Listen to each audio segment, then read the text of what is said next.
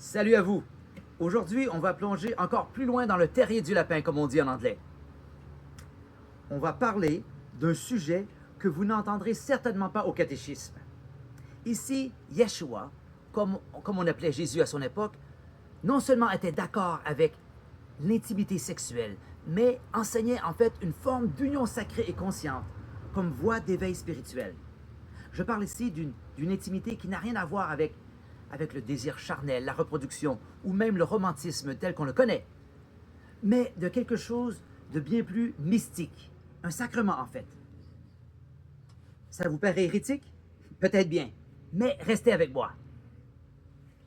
En 1945, un groupe de manuscrits anciens ont été découverts en Haute-Égypte. On les appelle les codex de Nag Hammadi.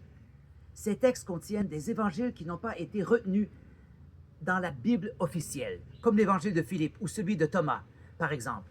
Il parle d'un concept appelé la chambre nuptiale, qui est un espace sacré où l'homme et la femme s'unissent, pas seulement physiquement, mais spirituellement. Il ne s'agit pas ici de sexe banal ou même de mariage traditionnel.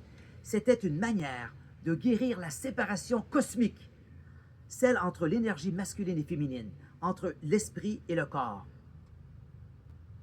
L'évangile de Philippe laisse même entendre que Yeshua avait une compagne, Marie-Madeleine, et que leur union représentait bien plus que de l'amour. C'était un rituel, un retour à l'unité divine. Bon, vous vous demandez peut-être, mais est-ce que tout ça, c'est dans la Bible? Eh bien, un peu oui. Pensez seulement à la Genèse. Les deux ne feront qu'une seule chair. Ce n'est pas juste une question de biologie, ça parle d'unité. Et Yeshua lui-même affirme dans l'évangile de Thomas, quand vous ferez des deux un seul, alors vous entrerez dans le royaume.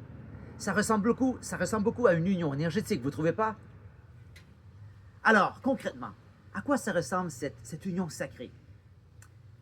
Ce n'est pas une question de désir ou de plaisir au sens habituel. En fait, les textes de Nag Hammadi parlent d'une union sans désir. Cela signifie être avec son partenaire en pleine présence, sans attente, sans fantasme, juste une communion spirituelle profonde. On entre dans la chambre nuptiale par le silence, la respiration et l'intention. On ne se précipite pas. On se connecte, yeux dans les yeux, cœur à cœur. C'est moins une affaire de point culminant qu'une affaire de cohérence. Deux énergies qui fusionnent. En fait, voyez ça comme une méditation à deux. Certains chercheurs pensent même que cette pratique était courante dans les premières communautés chrétiennes. Pas pour tout le monde, mais pour ceux qui suivaient un chemin de transformation intérieure. Alors, pourquoi ça a disparu? Eh bien, quand le christianisme s'est allié à l'Empire vers le 4e siècle, l'Église a tout remodelé autour du contrôle, du célibat et du patriarcat.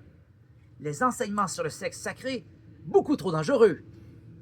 Ils ont été qualifiés d'hérétiques et enterrés pendant des siècles. Mais peut-être, juste peut-être, que ces enseignements refont surface aujourd'hui parce que nous sommes enfin prêts à les entendre. Si ça vous a un peu retourné le cerveau, laissez un commentaire, mettez un like et abonnez-vous pour d'autres contenus qui secouent l'âme. Et souvenez-vous, parfois, les vérités les plus radicales sont celles qu'on a choisi d'oublier. Merci pour votre attention et à bientôt.